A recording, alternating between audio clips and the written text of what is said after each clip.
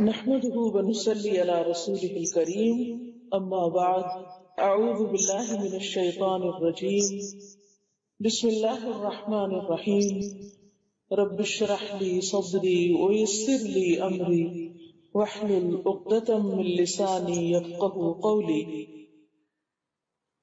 یہ کہتے ہیں کہ گھر کے لیے بھی ویسا ہی ایک دستور اور قانون ہو جیسے کسی ریاست یا ملک کے لیے ہوتا ہے، کسی بھی آرگنائزیشن کے لیے، کسی اسکول کے لیے، کسی کلب کے لیے، کسی جگہ بھی جب چار انسان اکٹھے ہوتے ہیں تو وہ اپنا کچھ اکٹھے رہنے کا اصول ضابطہ بناتے ہیں۔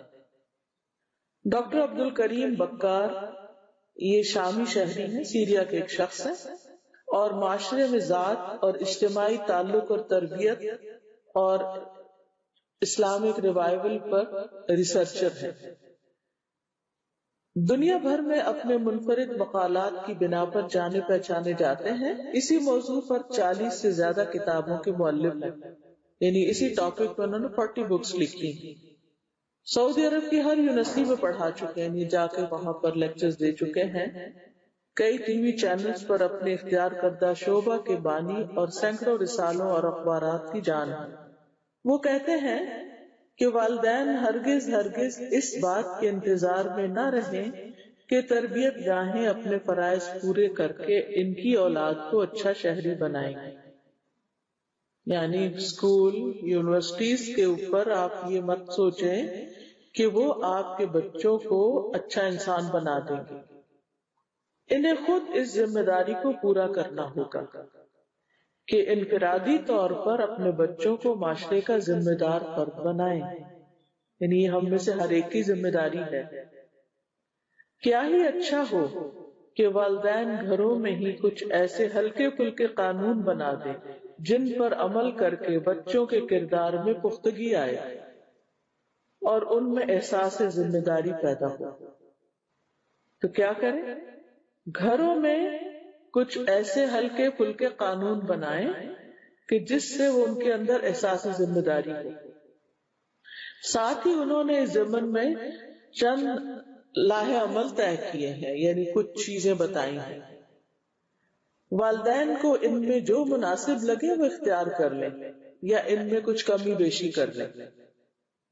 نمبر 1، گھر کے اصول یا قانون کیا ہے؟ گھر کا ہر فرد نماز کو اس کے وقت پہ ادا کرے گا، یعنی دس از اے رول۔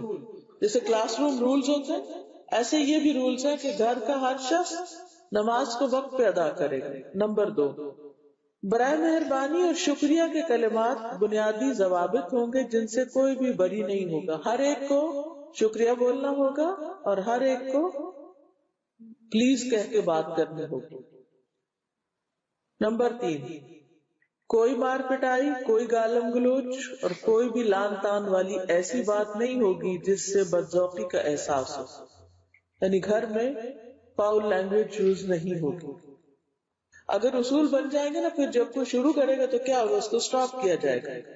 نمبر 4، اپنے محسوسات اور خیالات کو ادب اور احترام اور وضاحت کے ساتھ بتا دیں کہ آپ کی ایکسپیکٹیشنز کیا ہیں، ہاؤ ڈو یو فیل۔ دوسرے کو بتا دیں کہ آپ کو کیا چیز اچھی نہیں لگتی۔ بس آپ سو رہے ہیں تو آپ کو نہیں پسند کہ کوئی آپ کے کمرے کی لائٹ کھول دے یا کوئی شور کرے باہر، یا جو بھی آپ کے رولز اینڈ ریگولیشن، یا یہ کہ آپ ایک ٹائم فکس کریں کہ ہم عصر سے مغرب کے بیچ میں آدھا گھنٹہ 15 منٹ ہم بیٹھیں گے اور ہم سب مل کے کوئی اچھی کتاب پڑھیں گے، بک ریڈنگ کریں گے یا قرآن پڑھیں گے یا جو بھی، ان کے ساتھ رولز بنا لیں۔ نمبر 5، جو کوئی بھی جس چیز کو دروازہ، کھڑکی، ڈبہ، پلیٹ کھولے گا اسے بند بھی کرے گا۔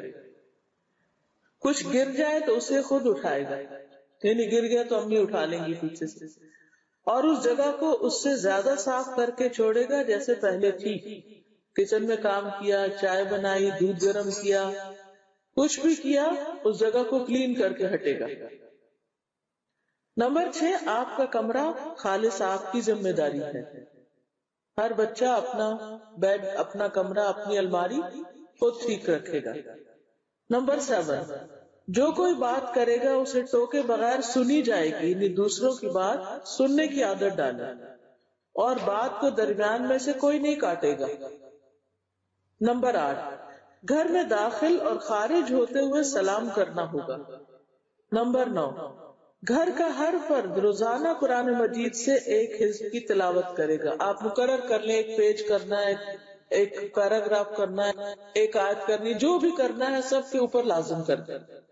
نمبر 10، جو ہم سے ملنے آئے وہ ہمارے قوانین کا احترام کرے، یعنی اگر کوئی اور گیسٹ آ کے، بچے وغیرہ گھر میں ہوتا نا کہ ہم خالہ کے گھر جا کے رہتے ہیں یا کوئی، ان کو بھی ان قوانین کی پابندی کرنی ہوگی۔ جیسے آپ دبئی میں آتے ہیں تو دبئی کے قوانین کی پابندی کرنی ہوگی۔ نمبر 11، گھر کا کوئی بھی فرد اپنے کمروں میں جا کر کچھ نہیں کھائے گا۔ نمبر 12، رات کو جو بھی ٹائم مقرر کرے اس کے بعد کوئی بھی نہیں جاگے گا، سب بچے سو جائیں گے۔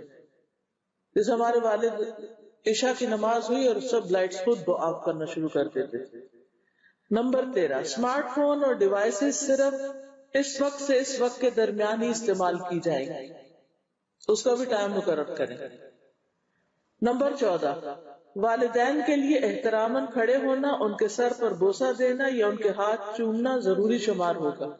یعنی بچوں کو یہ لازم عادت ڈالیں کہ وہ ماں باپ کے ہاتھ کس کریں یا سر پہ چومے یا کچھ بھی، تاکہ اگر کوئی ڈانٹ چھانٹ بھی پڑی ہے تو پھر وہ معاملہ بگڑے نہیں، پھر قریب آئے۔ نمبر 15، مل کر بیٹھنے کے وقت میں کسی قسم کی مواصلاتی ڈیوائسز، فون یا آئی پیڈ کا استعمال منع ہوگا۔ یعنی جب آپس میں بیٹھے ہوئے ہیں تو ہر کوئی بات کرے گا، ڈیوائسز پہ نہیں ہوگا۔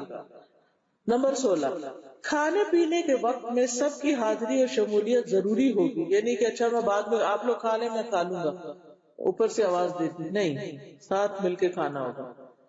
نمبر 17، رات کو اس وقت کے بعد جو بھی آپ وقت مقرر کریں کسی قسم کی تعلیمی سرگرمی کی بھی اجازت نہیں ہوگی، اس سے پہلے اپنے پروجیکٹ پورے کرو۔